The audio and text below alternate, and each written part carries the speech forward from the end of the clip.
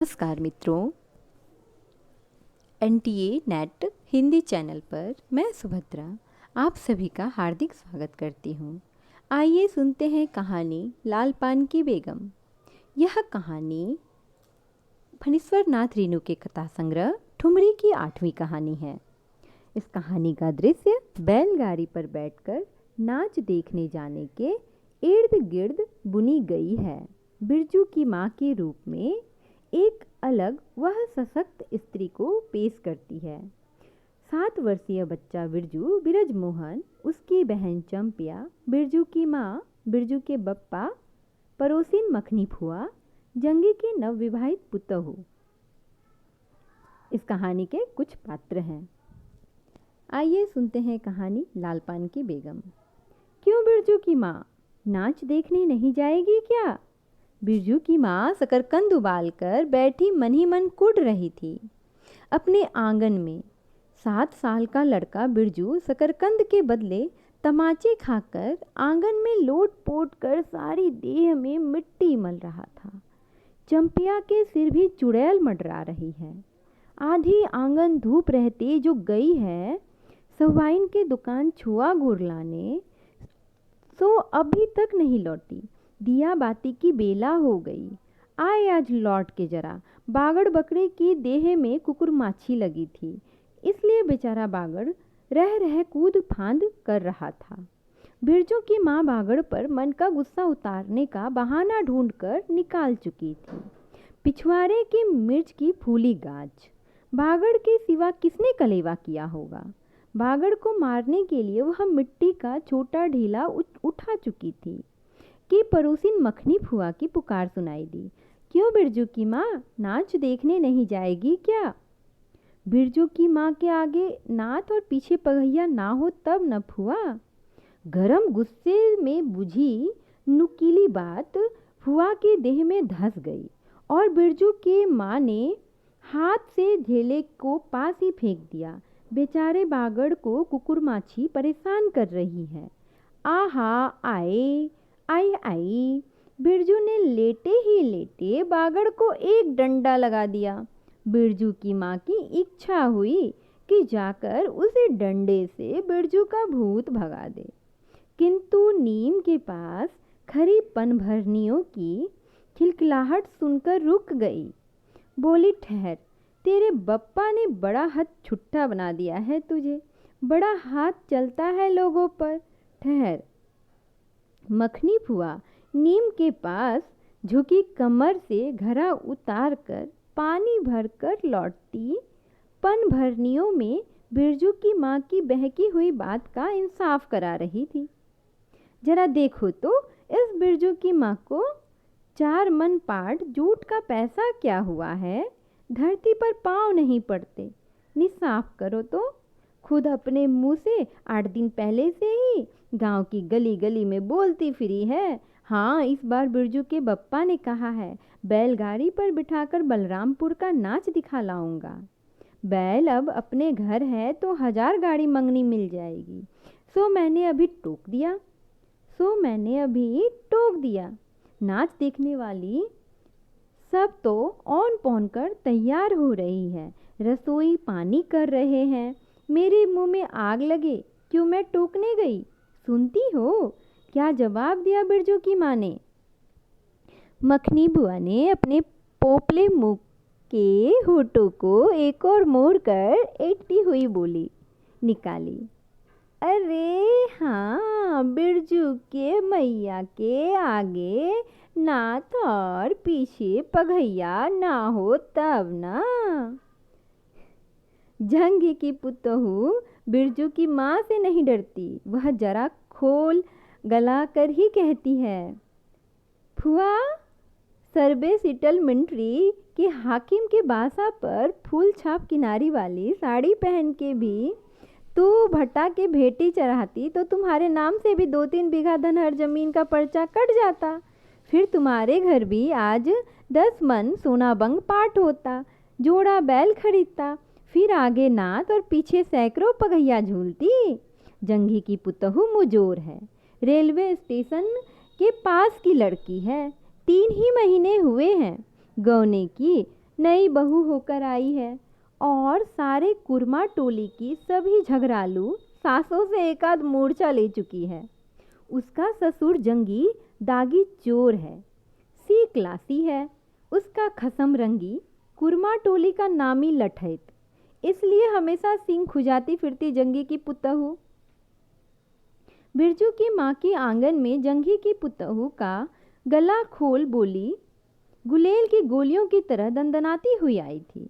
बिरजू की माँ ने एक तीखा जवाब खोजकर निकाला, लेकिन मन महसूस कर रह गई। गोबर की ढेरी में कौन ढेला फेंके भला। जीभ के झाल को गले में उतारकर बिरजू की माँ ने अपनी बेटी चंपिया को आवाज दी, अरे चंपिया, आज लौटे तो तेरी मूड़ी मरोड़ कर चूल्हे में झोंकती हूँ। दिन दिन बेचाल होती जाती है। गांव में तो अब थिएटर बैस्कोप का गीत गाने वाली पतुड़िया पुतहू सब आने लगी है। कहीं बैठ के बाजेना मुरलिया सीख रही होगी हर जाई। अरे चंपिया। जंगी की पुतहू ने बिरजू की माँ की बोली का स्वाद लेकर कमर पर घड़े को संभाला और मटक कर बोली, चल दीदिया चल, इस मोहल्ले में लालपान की बेगम बसती है, नहीं जानती?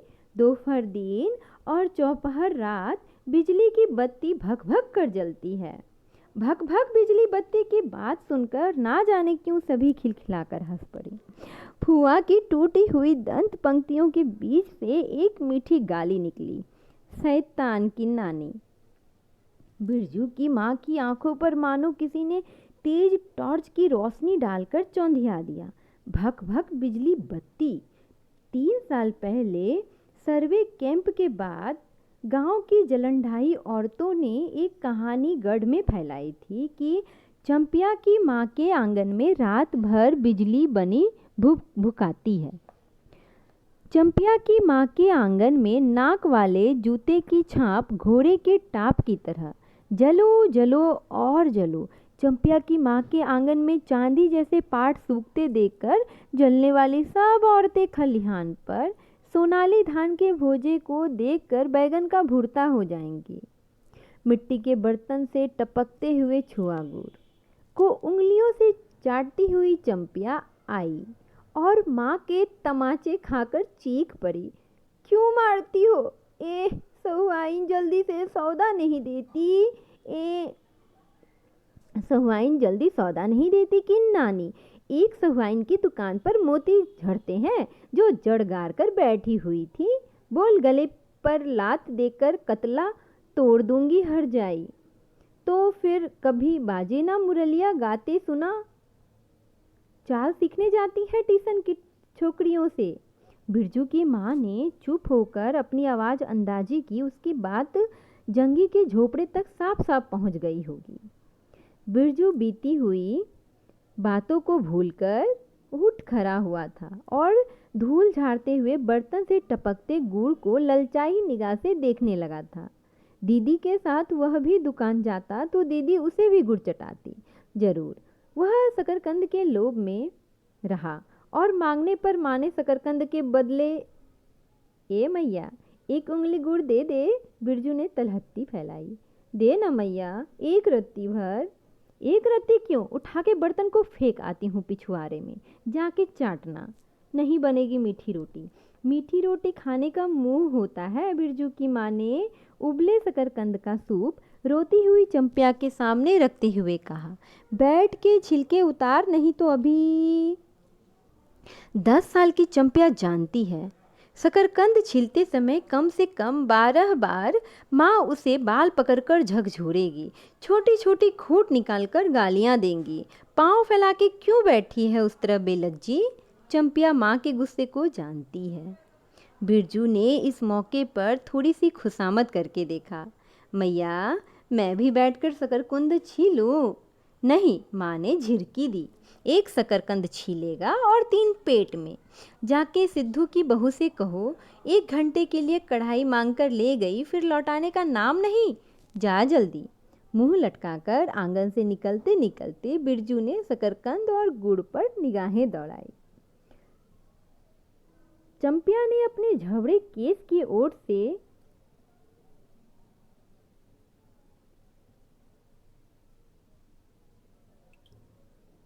चंपिया ने अपनी झबरे केस की ओट से माँ की ओर देखा और नज़र बचाकर चुपके से बिरजू की ओर एक शकरकंद फेंक दिया।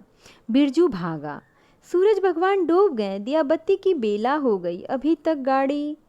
चंपिया बीच में ही बोल उठी, कोयरी टोले में किसी ने गाड़ी नहीं दी मैया। बप्पा बोले, माँ से कहना सब ठीक ठाक करके तैयार रहे। मलदिया टोली के मियाँजान की गाड़ी लाने जा रहा हूँ। सुनते ही बिरजू की माँ का चेहरा उतर गया, लगा छाते की कमानी उतर गई। घोड़े से अचानक कोयरी टोले में किसी ने गाड़ी मंगनी नहीं दी, तब मिल चुकी गाड़ी। जब अपने गांव के लोगों की आंख में पानी नहीं तो मलदिया टोले के मियाँजान की गाड़ी का क्या भरोसा। ना 3 में ना 13 में। क्या होगा शकरकंद छीलकर, रख दे उठा के। यह मर्द नाच दिखाएगा, बैलगाड़ी पर चढ़कर नाच दिखाने ले जाएगा। बढ़ चढ़ चुकी बैलगाड़ी पर, देख चुकी जी भर नाच। पैदल जाने वाली सब पहुंचकर पुरानी हो चुकी होगी। बिरजू छोटी कढ़ाई सिर पर औंधा कर वापस आया। देख दीदिया, मलेट्री टोपी, इस पर 10 लाठी मारने पर भी कुछ नहीं होता। चंपिया चुपचाप बैठी रही, कुछ बोली नहीं, जरा सी मुस्कुराई भी नहीं। बिरजू ने समझ लिया मैया का गुस्सा अभी उतरा नहीं है पूरे तौर से। मढ़ैया के अंदर से बागड़ को बाहर भागती हुई बिरजू की माँ बड़बड़ाई, कल ही पचकौड़ी कसाई के हवाले करती हूँ राक्षस तुझे, हर चीज में मुंह लगाएगा। चंपिया बांध दे बागड़ को, खोल दे गले की घंटी, हमेशा टुनुर टुनुर, मुझे जरा नहीं सुहाता है टुनुर टुनुर। सुनते ही बिरजू को सड़क से जाती हुई बैलगाड़ियों की याद आ गई। अभी बबुआन टोले की गाड़ियां नाच देखने जा रही थी। झुनुर झुनुर बैलों की झुमकी। तुमने सुना? बेसी बकबक मत करो, बागड़ के गले से झुमकी खोलती बोली चंपिया। चंपिया डाल दे चूल्हे में पानी, बप्पा आवे तो कहना कि अपने उड़न जहाज पर चढ़कर नाच देख आए। मुझे नाच देखने का शौक नहीं, मुझे जगइयो मत कोई, मेरा माथा दुख रहा है। मड़ैया के ओसारे पर बिरजू ने फिसफिसाकर पूछा, क्यों दीदिया, नाच में उड़न जहाज भी उड़ेगा? चटाई पर कथरी ओढ़कर बैठती हुई चंपिया ने बिरजू को चुपचाप अपने पास बैठने का इशारा किया। मुफ्त में मार खाएगा बेचारा। बिरजू ने बहन की कथरी में हिस्सा बांटते हुए चुक्कू मुक्कू लगाई। जारे के समय इस तरह घुटने पर टुड्ढी रखकर चुक्कू मुक्कू लगाना सीख चुका है वह। उसने चंपिया के कान के पास मुंह ले जाकर कहा, हम लोग नाच देखने नहीं जाएंगे, गांव में एक पक्षी भी नहीं है, सब चले गए। चंपिया को तिल भर भी भरोसा नहीं। संझा तारा डूब रहा है, बप्पा अभी तक गाड़ी लेकर नहीं लौटे। 1 महीना पहले से ही मैया कहती थी बलरामपुर के नाच के दिन मीठी रोटी बनेगी, चंपिया छीट की साड़ी पहनेगी, बिरजू पैंट पहनेगा बैलगाड़ी पर चढ़कर। चंपिया की भीगी पलकों पर एक बूंद आंसू आ गया। बिरजू का भी दिल भर आया। उसने मन ही मन में इमली पर रहने वाले जिन बाबा को एक बैगन कबूला, गाछ का सबसे पहला बैगन। उसने खुद जिस पौधे को रोपा है। जल्दी से गाड़ी लेकर बप्पा को भेज दो दिन बाबा। मड़ैया के अंदर बिरजू की माँ चटाई पर पड़ी करवटें ले रही थी। ओह, पहले से किसी बात का मंसूबा नहीं बांधना चाहिए। किसी को भगवान ने मंसूबा तोड़ दिया, उसको सबसे पहले भगवान से पूछना है, यह किस चूक का फल दे रहे हो भोला बाबा? अपने जानते उसने किसी देवी देवता की मान मनौती बाकी नहीं रखी। सर्वे के समय जमीन के लिए जितनी मनौतियाँ की थी ठीक ही तो है। महावीर जी का रोड तो बाकी ही है। हाय रे देव, भूल चूक माफ़ करो महावीर बाबा। मनौती दूनी करके चढ़ाएगी बिरजू की माँ। बिरजू की माँ के मन में रह रहकर जंगी की पुतहू की बातें चुभती है। भक भक बिजली बत्ती। चोरी चमारी करने वाली की बेटी पुतहू जलेगी नहीं। 5 बीघा जमीन क्या हासिल की है बिरजू के बप्पा ने। गांव की भाई खोगियों की आंखों में किरकिरी पड़ गई है। खेत में पाट लगा देखकर गांव के लोगों की छाती फटने लगी। धरती फोड़ कर पाट लगा है। बैसाखी बादलों की तरह उमड़ते आ रहे हैं पाट के पौधे, तो अलान तो फलान। इतनी आंखों की धार भला फसल सहे। जहाँ 15 मन पाट होना चाहिए, सिर्फ 10 मन पाट काटा, पर तौल के ओजन हुआ भगत के यहाँ। इसमें जलने की क्या बात है भला। बिरजू के बप्पा ने तो पहले ही कुरमा टोली के एक एक आदमी को समझा के कहा, जिंदगी भर मजदूरी करते रह जाओगे, सर्वे का समय हो रहा है, लाठी करी करो तो 2-4 बीघे जमीन हासिल हो सकता है। सो गांव की किसी पुत खोकी का भतार सर्वे के समय बाबू साहब के खिलाफ खांसा भी नहीं। बिरजू के बप्पा को कम सहना पड़ा है। बाबू साहब के गुस्से से सर्कस नाच के बाघ की तरह उमड़ते रह गए। उनका बड़ा बेटा घर में आग लगाने की धमकी देकर गया है। आखिर बाबू साहब ने अपने सबसे छोटे लड़के को भेजा। बिरजू की माँ को मौसी कह के पुकारा, यह जमीन बाबूजी मेरे नाम से खरीदी थी, मेरी पढ़ाई लिखाई इसी जमीन की उपज से चलती है, और भी ना जाने कितनी बातें। खूब मोहना जानता है उतना छोटा सा लड़का, जमींदार का बेटा है कि। चंपिया, बिरजू सो गया क्या? यही, आजा बिरजू अंदर। तू भी आजा चंपिया, भला आदमी आए तो एक बार आज। बिरजू के साथ चंपिया अंदर चली गई। डिवरी बुझा दे, बप्पा बुलाए तो जवाब मत देना, खपच्ची गिरा दे। भला आदमी रे, भला आदमी। मुंह देखो जरा इस मर्द का। बिरजू की माँ दिन रात मंझा ना देती रहती तो ले चुके थे जमीन। रोज आकर माथा पकड़कर बैठ जाए, मुझे जमीन नहीं लेनी है बिरजू की माँ, मजूरी ही अच्छी। जवाब देती थी बिरजू की माँ खूब सोच समझ के। छोड़ दो, जब तुम्हारा कलेजा ही स्थिर नहीं होता है तो क्या होगा। जोरो जमीन जोड़ के, नहीं तो किसी और के। बिरजू के बाप पर बहुत तेजी से गुस्सा चढ़ता है, चढ़ता ही जाता है। बिरजू की माँ का भाग ही खराब है जो ऐसा गोबर गणेश घर वाला मिला है। कौन सा शौक मौज दिया है उस मर्द ने। कोल्हू के बैल की तरह खटकर सारी उम्र काट दी इसके यहाँ। कभी 1 पैसे की जलेबी भी लाकर दी है उसके खसम ने। पाट का धाम भगत के यहाँ से लेकर बाहर बैल हट्टा चले गए। बिरजू की माँ को एक बार नमरी नोट देखने भी नहीं दिया आंख से। बैल खरीद लाए, उसी दिन से गांव में ढिंढोरा पीटने लगे। बिरजू की माँ इस बार बैलगाड़ी पर चढ़कर नाच देखने जाएगी, दूसरे की गाड़ी के भरोसे नाच दिखाएगा।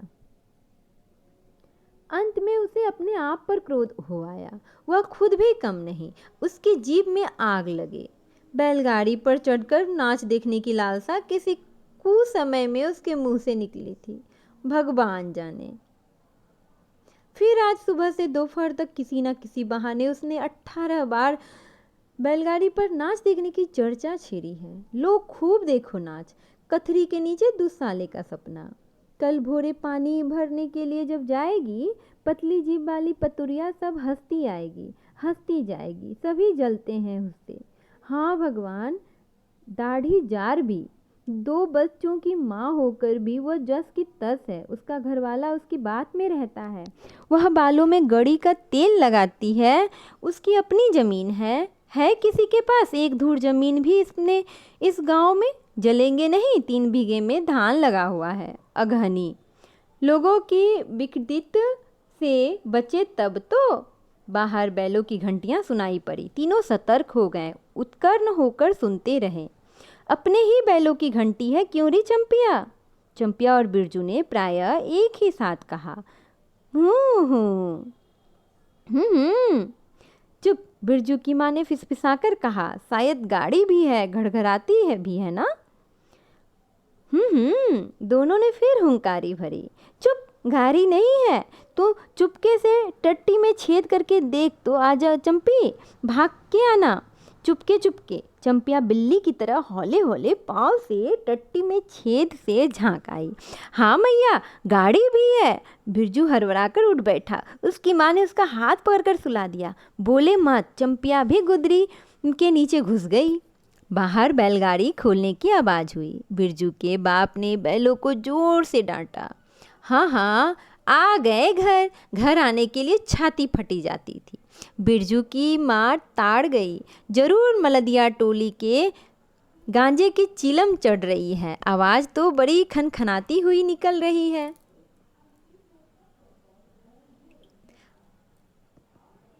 चंपिया हाँ, बाहर से पुकार कर कहा उसके बाप ने, बैलों को घास दे दे चंपिया। अंदर से कोई जवाब नहीं आया। चंपिया के बाप ने आंगन में आकर देखा तो ना रोशनी है, ना चिराग, ना चूल्हे में आग। क्या बात है, नाच देखने उतावली होकर पैदल ही चली गई क्या? बिरजू के गले में खसखसाहट हुई और उसने रोकने की पूरी कोशिश भी की, लेकिन खांसी जब शुरू हुई तो पूरे 5 मिनट तक वो खांसता रहा। बिरजू, बेटा बिरज मोहन, बिरजू के बाप ने पुचकार कर बुलाया। मैया गुस्से के मारे सो गई क्या? अरे अभी तो लोग जा ही रहे हैं। बिरजू की माँ के मन में आया कि कस कर जवाब दे, नहीं देखना है नाच, लौटा दो गाड़ी। चंपिया उठती क्यों नहीं, ले धान की पंचशीश रख दे। धान की बालियों का छोटा छब्बा झोपड़े के ओसरे पर रखकर उसने कहा, दिया बालो। बिरजू की माँ उठकर ओसारे पर आई। देर पहर रात को गाड़ी लाने की क्या जरूरत थी, नाच तो अब खत्म हो रहा होगा। डिबरी की रोशनी में धान की बालियां का रंग देखते ही बिरजू की माँ के मन का सब मैल दूर हो गया। धानी रंग उसकी आंखों से उतरकर रोम रोम में घुल गया। नाच अभी शुरू भी नहीं हुआ होगा, अभी अभी बलमपुर के बाबू की सपनी गाड़ी मोहनपुर होटल बंगला से हाकिम साहब को लाने गई है। इस साल आखिरी नाच है। पंचशीश टट्टी में खोस दे, अपने खेत का है। अपने खेत का? हुलसती हुई बिरजू की माँ ने पूछा। पक गए धान? नहीं, 10 दिन में अघन चढ़ते चढ़ते लाल होकर झुक जाएगी। सारे खेत की बालियां। मलदिया टोली पर जा रहा था। अपने खेत में धान देखकर आंखें जुड़ा गई। सच कहता हूँ, पंचशीश तोड़ते समय उंगलियां कांप रही थी मेरी। बिरजू ने धान की एक बाली से एक धान लेकर मुंह में डाल लिया और उसकी माँ ने एक हल्की डांट दी। कैसा लुक्कर है तू रे, इन दुश्मनों के मारे कोई नेम धर्म बचे। क्या हुआ, डांटती क्यों है? नवान के पहले ही नया धान जुठा दिया, देखते नहीं? अरे इन लोगों का सब कुछ माफ है, चिरई चुनमुन है ये लोग। दोनों के मुंह में नवान के पहले नया अन्न ना पड़े। इसके बाद चंपिया ने भी तान की बाली से 2 धान लेकर दांतों तले दबाए। ओ मैया, इतना मीठा चावल और गमकता भी है ना दीदिया। बिरजू ने फिर मुंह में धान लिया। रोटी पोटी तैयार कर चुकी क्या? बिरजू के बाप ने मुस्कुराकर पूछा। नहीं, मान भरे सुर में बोली बिरजू की माँ। जाने का ठीक ठिकाना नहीं और रोटी बनाती। वाह, खूब हो तुम लोग। जिसके पास बैल है उसे गाड़ी मंगनी नहीं मिलेगी भला। गाड़ी वाले को भी कोई बैल की ज़रूरत होगी। पूछूंगा तब कोयरी टोला वालों से। ले जल्दी से रोटी बना ले, देर नहीं होगी। अरे टोकरी भर रोटी तो तू पलक मारते बना देती है। 5 रोटियां बनाने में कितनी देर लगेगी? अब बिरजू की माँ के होठों पर मुस्कुराहट खुलकर खिलने लगी। उसने नज़र बचाकर देखा। बिरजू का बप्पा उसकी ओर एक टक निहार रहा था। चंपिया और बिरजू ना होते तो मन की बात हंसकर खोलने में देर ना लगती।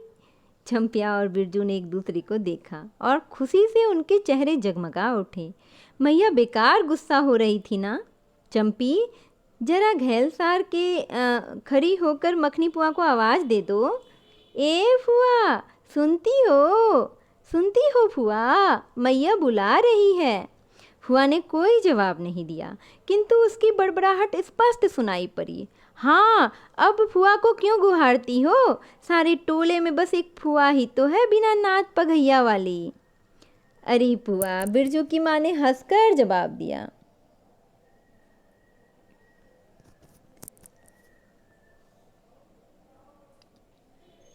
बुरा मान गई थी क्या? नाथ पगैया वालों को आकर देखो, दोपहर रात में गाड़ी लेकर आया है। आ जाओ फुआ, मैं मीठी रोटी बनाना नहीं जानती।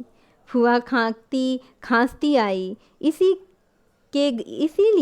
इसीलिए मैं घड़ी पहर दिन रहते ही पूछ रही थी कि नाच देखने जाएगी क्या? कहती तो मैं पहले से ही अपनी अंगीठी यहाँ सुलगा जाती। बिरजू की माँ ने फुआ को अंगीठी दिखला दी और कहा, घर में अनाज दाना वगैरह तो कुछ है नहीं, एक बागड़ है और कुछ बर्तन बासन, सो रात भर के लिए यहाँ तंबाकू रख जाती हूँ, अपना हुक्का ले आई हो ना फुआ। फुआ को तंबाकू मिल जाए तो रात भर क्या 5 रात बैठकर काट सकती है। फुआ ने अंधेरे में टटोलकर तंबाकू का अंदाज किया। ओहो, हाथ खोलकर तंबाकू रखा है बिरजू की माँ ने, और एक वह है सुहाइन, राम को उस रात को अफीम की गोली की तरह मटर भर तंबाकू रखकर चली गई गुलाब बाग मेले और कह गई कि डिब्बी भर तंबाकू है। बिरजू की माँ चूल्हा सुलगाने लगी। चंपिया ने शकरकंद को मसल कर गोले बनाए और बिरजू सिर पर कढ़ाई ओंधा कर अपने बाप को दिखलाने लगा। मलेट्री टोपी, इस पर 10 लाठी मारने पर भी नहीं कुछ होगा। सभी ठठाकर हंस पड़े। बिरजू की माँ हंसकर बोली, ताके पर 3-4 मोटे शकरकंद हैं, दे दे बिरजू को चंपिया, बेचारा शाम से ही। बेचारा मत करो मैया, खूब सचारा है। अब चंपिया चहचहाने लगी, तुम क्या जानो कथरी के नीचे मुंह क्यों चल रहा था बाबू साहब का। ही बिरजू के टूटे दूध के दांतों की फांक से बोली निकली, ब्लैक मार्टिन में 5 शकरकंद खा लिया, हा हा। सभी फिर ठठाकर हंस पड़े। बिरजू की माँ ने फुआ का मन रखने के लिए पूछा, एक कनवा गुड़ है, आधा दूं फुआ। फुआ ने गदगद होकर कहा, अरे शकरकंद तो मीठा होता है, उतना क्यों डालेगी। जब तक दोनों बैल दाना घास खाकर एक दूसरे के देह को जीभ से चाटे, बिरजू की माँ तैयार हो गई। चंपिया ने छींट की साड़ी पहनी और बिरजू बटन के अभाव में पैंट पर पटसन की डोरी बंधवाने लगा। बिरजू की माँ ने आंगन से निकल गांव की ओर कान लगाकर सुनने की चेष्टा की। ओह, इतनी देर भला पैदल जाने वाले रुके रहेंगे। पूर्णिमा का चांद सिर पर आ गया है। बिरजू की माँ ने असली रूपा का मंग टिक्का पहना है आज पहली बार। बिरजू के बप्पा का हो क्या गया है, गाड़ी जोतता क्यों नहीं, मुंह की ओर एकटक देख रहा है मानो नाच की लालपान की। गाड़ी पर बैठते ही बिरजू की माँ की देह में एक अजीब गुदगुदी लगने लगी। उसने बांस की बल्ली को पकड़कर कहा, गाड़ी पर अभी बहुत जगह है, जरा दाहिनी सड़क से गाड़ी हाँकना। बैल जब दौड़ने लगे और पघैया जब चूं चूं करके घरघराने लगा तो बिरजू से नहीं रहा गया। उड़न जहाज की तरह उड़ाओ बप्पा। गाड़ी जंगी के पिछवाड़े पहुंची। बिरजू की माँ ने कहा, जरा जंगी से पूछो ना, उसकी पुतोहू नाच देखने चली गई है क्या। गाड़ी के रुकते ही जंगी के झोपड़े से आती हुई रोने की आवाज़ स्पष्ट हो गई। बिरजू के बप्पा ने पूछा, अरे जंगी भाई, काहे कन्ना रोहट हो रहा है आंगन में। जंगी घूर ताप रहा था। बोला, क्यों पूछते हो, जंगी बलरामपुर से लौटा नहीं, पुतुहिया नाच देखने कैसे जाएगी। देखते देखते उधर गांव की सभी औरतें चली गई। अरे टीसन वाली, तो रोती है काहे, बिरजू की माँ ने पुकार कर कहा। आजा, झट से कपड़ा पहनकर, साड़ी गाड़ी पड़ी हुई है बेचारी, आजा जल्दी। बगल के झोपड़े से राधे की बेटी सुनरी ने कहा, काकी गाड़ी में जगह है, मैं भी जाऊंगी। बांस की झाड़ी के उस पार लड़ेना खवास का घर है, उसकी बहू भी नहीं गई है, गिल्लट का झुमकी कड़ा पहनकर झमकती आ रही है। आजा, जो बाकी रह गई हैं सब आ जाओ जल्दी जल्दी। जंगी की पुतोहू, लड़ीना की बीबी, राधे की बेटी सुनरी तीनों गाड़ी के पास आई। बैल का पिछला पैर फेंका। बिरजू के बाप ने एक भद्दी गाली दी, साला लतार मारकर लंगड़ी बनाएगा पुतोहू को। सभी ठहठहाकर हंस पड़े। बिरजू के बाप ने घूंघट में झुकी दोनों पुतोहुओं को देखा। उसे अपने खेत की झुकी हुई बालियों की याद आ गई। जंगी की पुतोहू का गौना 3 ही साल पहले हुआ है। गौने की रंगीन साड़ी से कड़वे तेल और लठवा सिंदूर की गंध आ रही है। बिरजू की माँ को अपने गौने की याद आई। उसने कपड़े की गठरी से 3 मीठी रोटियां निकालकर कहा, खा ले एक एक करके, सिमराह के सरकारी कूप में पानी पी लेना। गाड़ी गांव से बाहर होकर धान के खेतों के बगल बगल से जाने लगी। चांदनी कार्तिक की खेतों से धान के झड़ते फूलों की गंध आती है। बांस की झाड़ी में कहीं दुधी की लता फूली है। जंगी की पुतहू ने एक बीड़ी सुलगाकर बिरजू की माँ की ओर बढ़ाई। बिरजू की माँ को अचानक याद आई चंपिया, सुनरी, लरेना की बीबी और जंगी की पुतहू। ये चारों ही गांव में बैस्कोप का गीत गाना जानती हैं खूब। गाड़ी की लीक धन खेतों के बीच होकर गई। चारों ओर गौने की साड़ी की खसखसाहट जैसी आवाज होती है। बिरजू की माँ के माथे के मंग टीके पर चांदनी छिटकती है। अच्छा, अब एक बैस्कोप का गीत गा तो दे चंपिया, डरती है काहे? जहाँ भूल जाओगी बगल में मास्टरनी बैठी है ना। दोनों पुतहुओं ने तो नहीं, किंतु चंपिया और सुंदरी ने खखार कर गला साफ किया। बिरजू के बाप ने बैलों को ललकारा, चल भैया और जरा जोर से गा रे चंपिया, नहीं तो बैलों को धीरे धीरे चलने को कहूँगा। जंगी की पुतहू ने चंपिया के कान के पास घूंघट ले जाकर कुछ कहा और चंपिया ने धीमे से शुरू किया, चंदा की चांदनी। बिरजू को गोद में लेकर बैठी उसकी माँ की इच्छा हुई कि वह भी साथ साथ गीत गाए। बिरजू की माँ ने जंगी की पुतहू को देखा, धीरे धीरे गुनगुना रही थी वह भी। कितनी प्यारी पुतहू है, गौने की साड़ी से एक खास किस्म की गंध निकलती है। ठीक ही तो कहा है उसने, बिरजू की माँ बेगम है, लाल पान की बेगम। यह तो कोई बुरी बात नहीं, हाँ वह सचमुच लाल पान की बेगम है। आप सुन रहे थे कहानी लाल पान की बेगम। बिरजू की माँ ने अपनी नाक पर दोनों आँखों को केंद्रित करने की चेष्टा करके अपने रूप की झांकी ली।